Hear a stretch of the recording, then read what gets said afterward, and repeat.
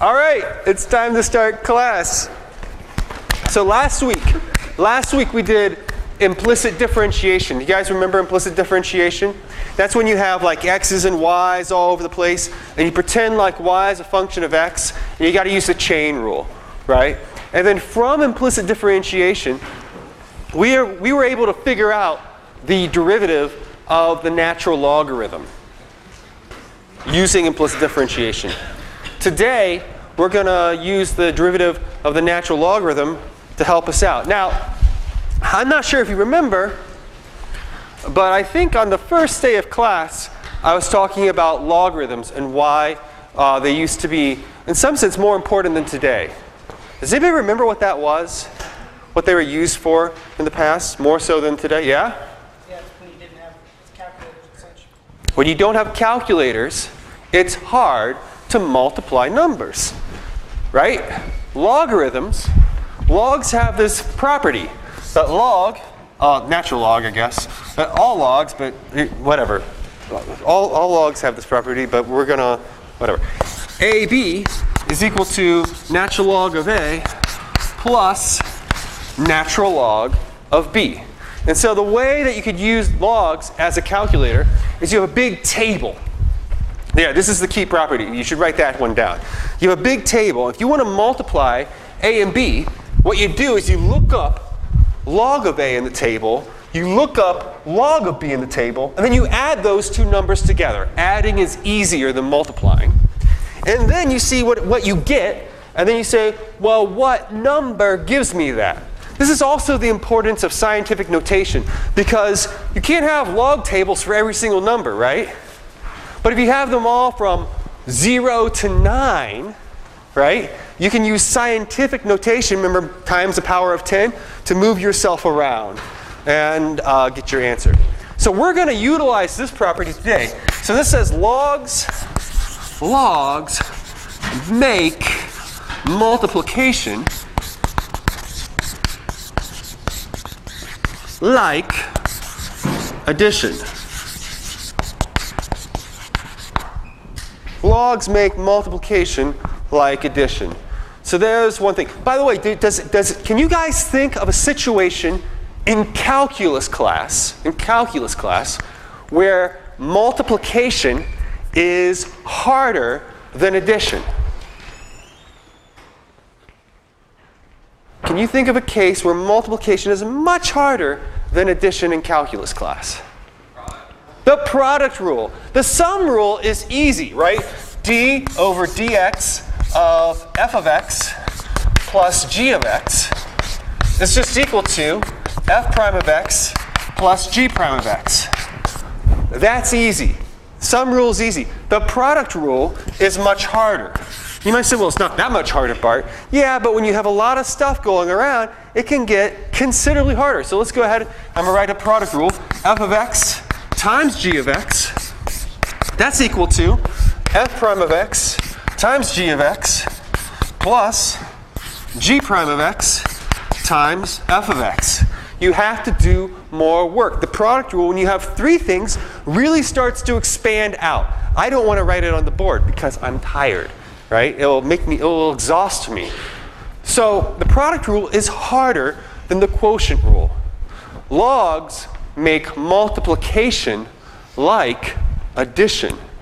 So we're going to try to use logs to avoid the product rule. What's the other hard rule, by the way? There's another hard derivative rule. Chain rule, can't get away from the chain rule, but we can get away from the quotient rule because natural log of A over B, right, is equal to natural log of A minus natural log of B. Now, logs have one more, you may not think so, I'll say remarkable fact. Remark meaning it's worthy of making a remark of. Yeah? Yeah? Okay, remarkable fact, and that's this. D over dx of natural log of f of x, and I said this last time, I made a big deal, at least I think I made a big deal out of it, is equal to, well, you just draw your fraction bar, put the put the f of x there, and you put f prime of x above it. Remember this from last time? So these two facts, the facts that we're going to use this to help us take some derivatives. I'll box them in. Pink. This one. And this one. All right, let's see this. Let me erase some stuff, and then we'll see this in action. All right, so let's see what happens. Let me make sure my mic's on. Yep, good. No stupid Dr. Snapp yet today. So now,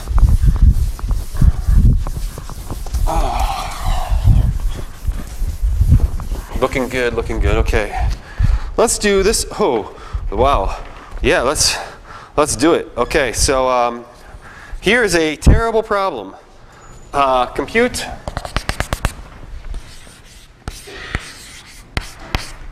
the derivative with respect to x, wow, of x to the 9th e to the 4x all over the square root of x squared plus 4. Yikes. Okay, so ordinarily we'd say, okay, so how are we going to do this? We're going to use the product quotient rule. Then we're going to use, we're going to have a chain rule in there. We're going to have a product rule. Lots of rules. Yikes. So here's the idea. Let me, yeah. So what you want to do is you want to set f of x. Set f of x equal to this thing. So that's going to be x to the 9th e to the 4x all over the square root of x squared plus 4. You set f of x equal to this. And then what we do is we take the log of both sides. You take the log of both sides. Why? Because I'm going to try to leverage this thing when I take the log of both sides. I'm going to try to turn all my additions and divisions into additions and subtractions. So when I take the log of both sides, I get natural log of f of x is equal to the natural log of x to the 9th e to the 4x all over the square root of x squared plus 4. By the way, if I was a betting man, and I'm not, but if I was, I would bet there's going to be a logarithm. This is called logarithmic differentiation. I would bet that on your next exam, there's going to be a question, and it's going to be, I quote, use logarithmic differentiation to compute the derivative of, and then they're going to give you something bad. I'm betting. And they're going to expect you to do exactly what I'm doing right now. So you write f of x equals this. You take the log of both sides. And now we use log rules to simplify the right-hand side. So this is the natural log of f of x is equal to, what does log do to divisions? Make some subtractions. So here we have natural log of x to the 9th e to the 4x minus natural log of the square root of x squared plus 4, right? Aha! And what does natural log do to multiplication? It makes it addition. So this is equal to natural log of x to the 9th plus the natural log of e to the 4x minus this radical here. That's really an exponent, right?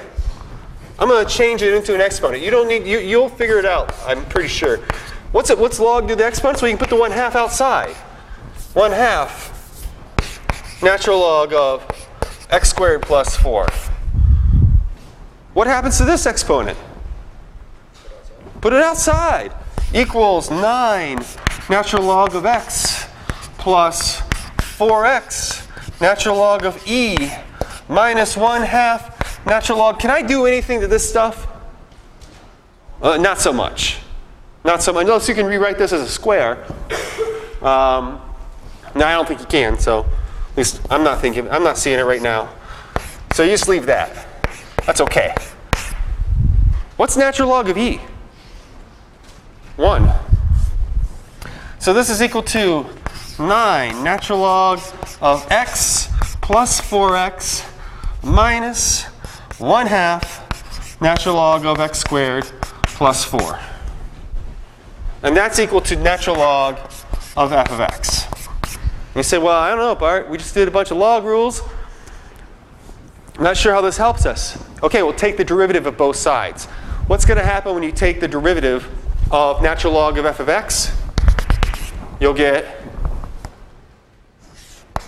f prime of x divided by f of x. When you take the derivative of this side, you get f prime over f of x.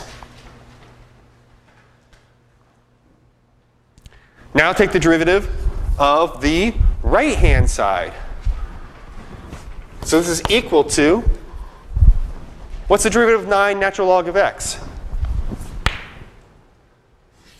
9 over x. The derivative of this is 9 over x.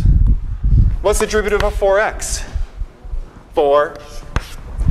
What's the derivative of minus 1/2 natural log of x? Well, that's going to be minus 1/2 times, and then I just make a fraction, and I put, what, x squared plus 4 on the bottom, and I put 2x here.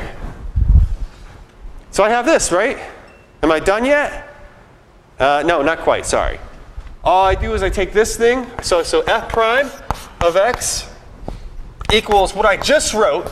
So I just copy it down very carefully. I'm doing a careful job. Careful, Bart. There we go. Put another set of parentheses around it, and multiply by the original function. Multiply by f of x. And that's going to be x to the 9th, e to the 4x, all over square root of x squared plus 4. Do I need to simplify this? No, don't simplify.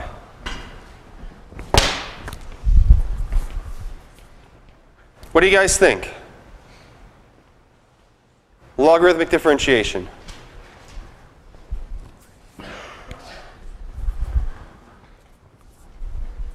We've exchanged the difficulty of doing a derivative with a product rule with perhaps the lesser difficulty, of knowing some log rules. And we've exchanged, yeah, go ahead. Can you just explain again the second class step? Absolutely. And do you mean from here to here? Okay.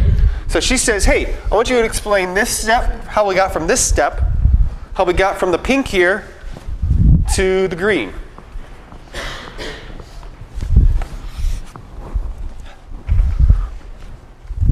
So here, we took the derivative of both sides. Now remember, the derivative of natural log of f of x is equal to f prime of x over f of x. What does this follow from? What rule? It's the chain rule. I heard somebody say it, I think. Do you guys know this is the chain rule? Does anybody not see this as the chain rule? Would anybody, oh, okay, good. I was going to say, would anybody be willing to tell me that? Okay, so great. So let's explain this as the chain rule real quick, because that's good to know. So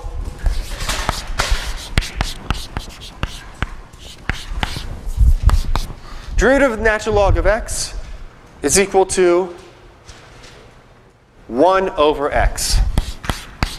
Now the chain rule says that you take the derivative of the outside and you keep the inside the same, and then you multiply by the derivative of the inside.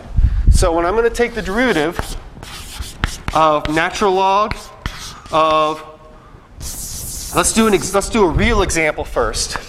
Say x cubed here. It's going to equal 1 over x cubed. 1 over x cubed.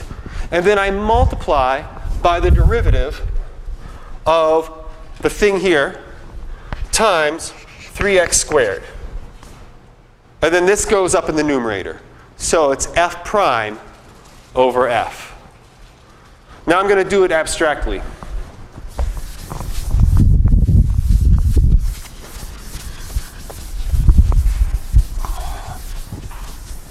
So if I have derivative of natural log of f of x, that's going to equal 1 over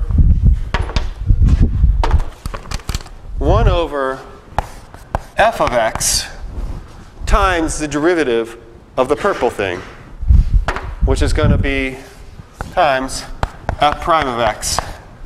And so then that's going to be equal to f prime of x over f of x. Does that help at all? Good, excellent, excellent. Okay, so now, but the big question was, how do we get from here to here? So the left-hand side, right, we just took, it's just f prime of x over f of x.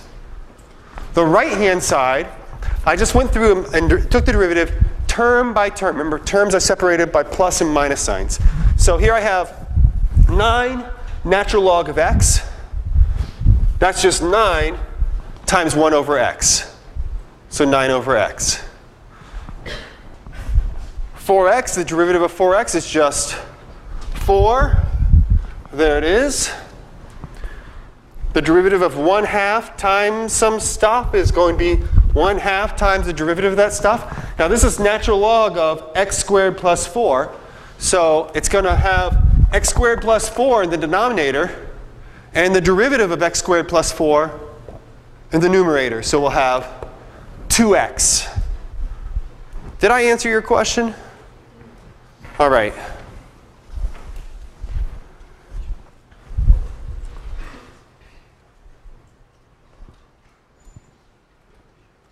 All right, so that was kind of a rough example.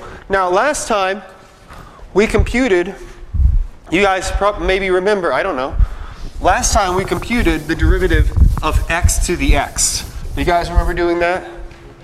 You know, some people do. That's good. So now I'm going to show you how to compute.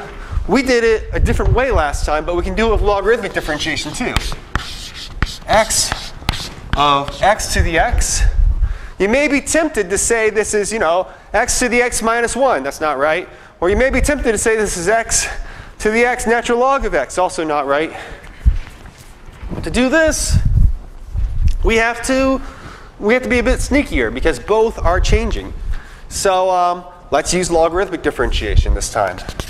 So the first step was we set f of x to be the function we're differentiating. So I say, okay, so I have f of x is equal to x to the x. Nothing happened. Now I take, now I take the natural log of both sides. Natural log of f of x is equal to natural log of x to the x. Now I use log rules. Here we go. Log rules say that I can take the exponent and put it out front. So now I have natural log of f of x is equal to x natural log of x. Right? Yep. Now I take the derivative of both sides. What's the derivative of the left-hand side? F prime of x over x. So we take the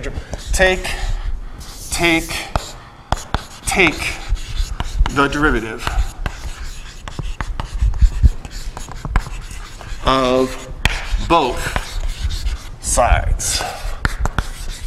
And I get f prime of x over f of x is equal to, aha! I haven't completely gotten away from the product rule, but I didn't really have a rule to do this anyways. What's the derivative of x? It's 1, so it's going to be natural log 1 times natural log of x plus x times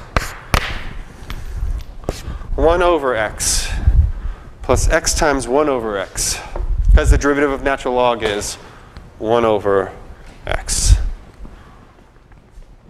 So this is equal to natural log of x plus 1. And so what's the final answer? Well, we have f prime of x over f of x here. We just multiply both sides by x to the x. I'm going to write that down right now. So we have f prime of x is equal to x to the x times natural log of x plus 1.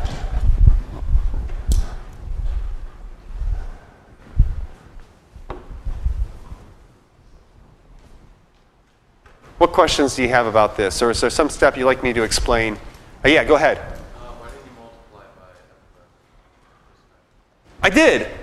It says, why didn't you multiply by f of x this time? And no, don't apologize. Nobody ever has to apologize here. It's okay. This is f of x is x to the x. So then this is, right here, this is f of x multiplying by everything. It's okay. No. I mean, if you have the question, I'm sure somebody else does too. It's okay.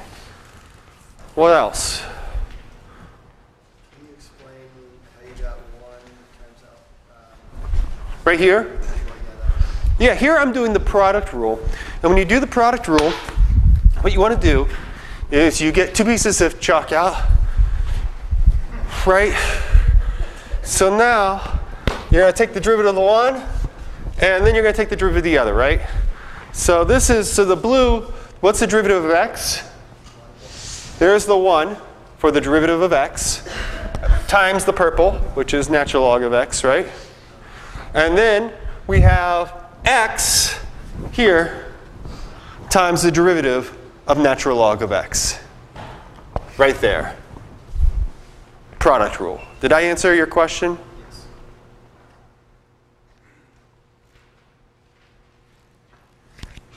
Okay. That seems pretty good.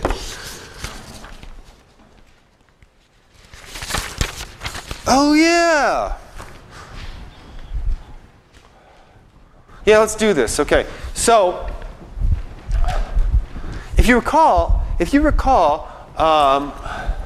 again, this is something that we did earlier. We gave a derivative. We explained why the power rule. The power rule says the derivative of x to the n is equal to nx to the n minus 1. You guys know this, right? The power rule, right? You gotta come out of, can't leave calculus class without the power rule. We explained this by using the binomial theorem. I'm not sure if you recall. Remember, we had the binomial theorem, and I think we did with the binomial theorem. Either that or I mumbled something about it and then ran away. But we can give a complete explanation with logarithmic differentiation. I can explain why this is true for all real numbers. Let's do it. Let's just figure out what it is. I mean, I know you know what it is, but why is this true? Why?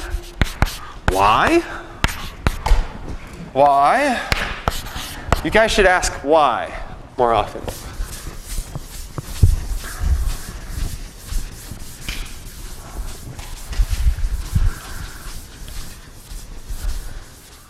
Bart, why do we have to learn logarithmic differentiation? Because it's going to be on your test.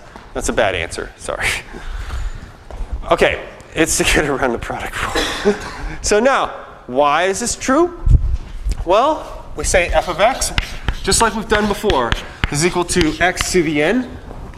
Take the log both sides. Natural log of f of x is equal to natural log of x to the n.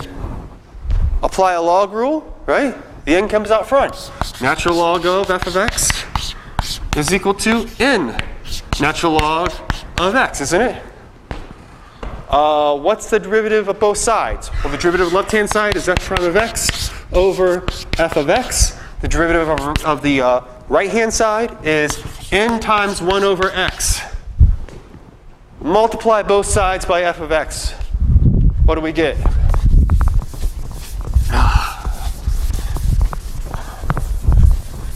If we multiply both sides by f of x, we're going to get f prime of x is equal to, now we need to remember what f of x is. It's x to the n times n times 1 over x, which is equal to n to the x and minus 1. We just went through and confirmed the power rule for the first time. If you read your textbook, they check the power rule like 4 times. Or let's see, they do it once for positive integers, they do it once for negative integers, they do it once. What are rational numbers? Anybody know what a rational number is? It's a fraction. This is my fraction pose. And then they do, and then this is the last one they do. It's for real numbers because it always works. Yeah. Logarithmic differentiation. All right, so now I have like 10 problems for us to try to do and see if we can get them done. Sound good? Any questions about this? Yeah. Yeah, I have no idea. Let's see what happened here. From here to here? Well, let's see. To start, yeah, how did I do that last step? Green. First thing I did was I moved this n right out in front. Because we like seeing the n's a number, right? And then this is 1 over x here times x to the n, right? So x is going to be raised to 1 lower power. Is that right? Sound good? Excellent, excellent. Oh yeah, what's up? Yeah, why didn't I use the product rule? Where?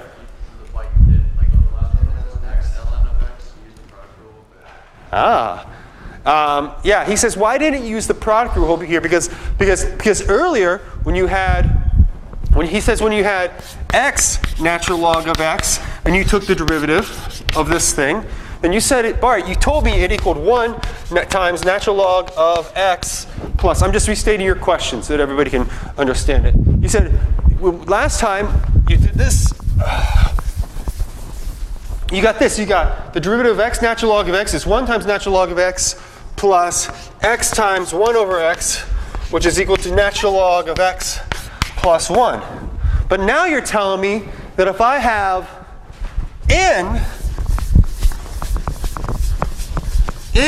times the natural log of x, now you're telling me, let's see, here we go, that the derivative of n times the natural log of x, you're saying this is just equal to n times 1 over x, right? What's the deal? The deal is, I think I said, but I'm in.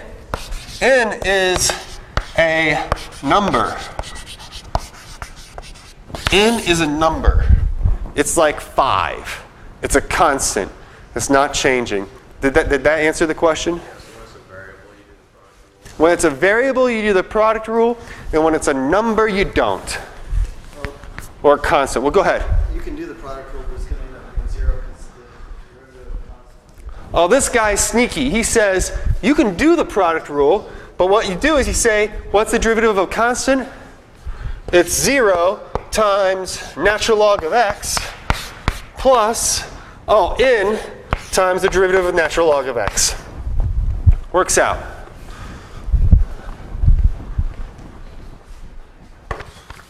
All right. Let's do some harder problems here. Let's see. Ooh. Okay.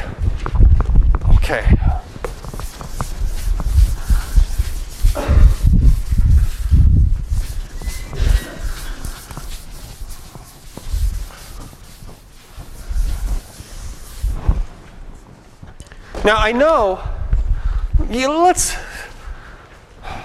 Let's try something. I know it's easier just to watch me attempt to solve problems up here, but the best way for you guys to learn is for you guys to really get involved. So let's try this. So write this problem down. Here's a problem that could appear someplace, I guess. Whew. So let's use logarithmic differentiation to solve this problem. And you say, well, I don't want to write anything down that's wrong. Well, that's the wrong attitude. You should be happy to write things down that are wrong. You should just have a wrong book. Everything in this book is wrong, including the title. Okay.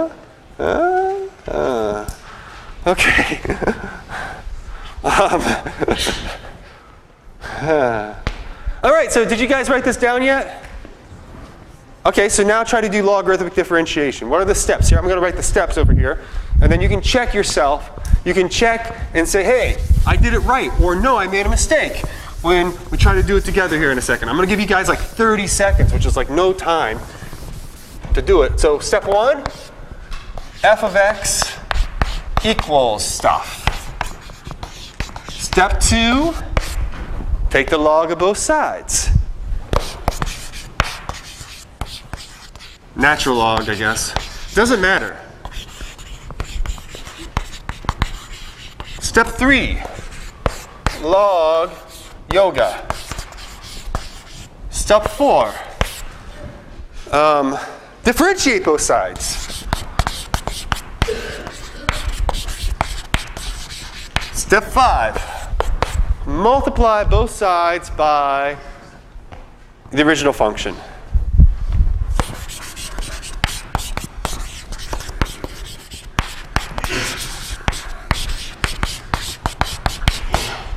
Okay, so go ahead and try to do this. I'm going to give you guys, try to do this problem. I'll give you guys literally 30 seconds. And maybe I don't know, I'll walk around. And if somebody wants to tell me something, they can. I don't know. I don't know how to set time.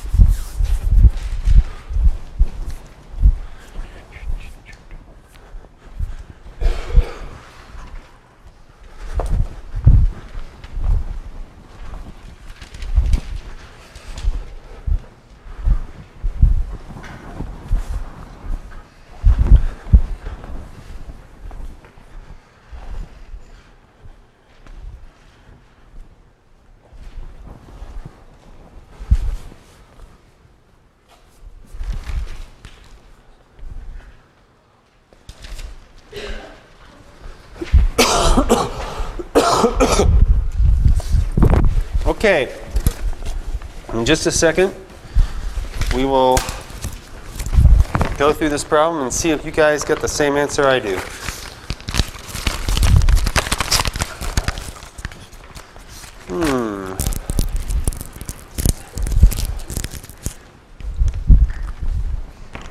All right, yeah, so I wrote down some steps that we made up on the spot.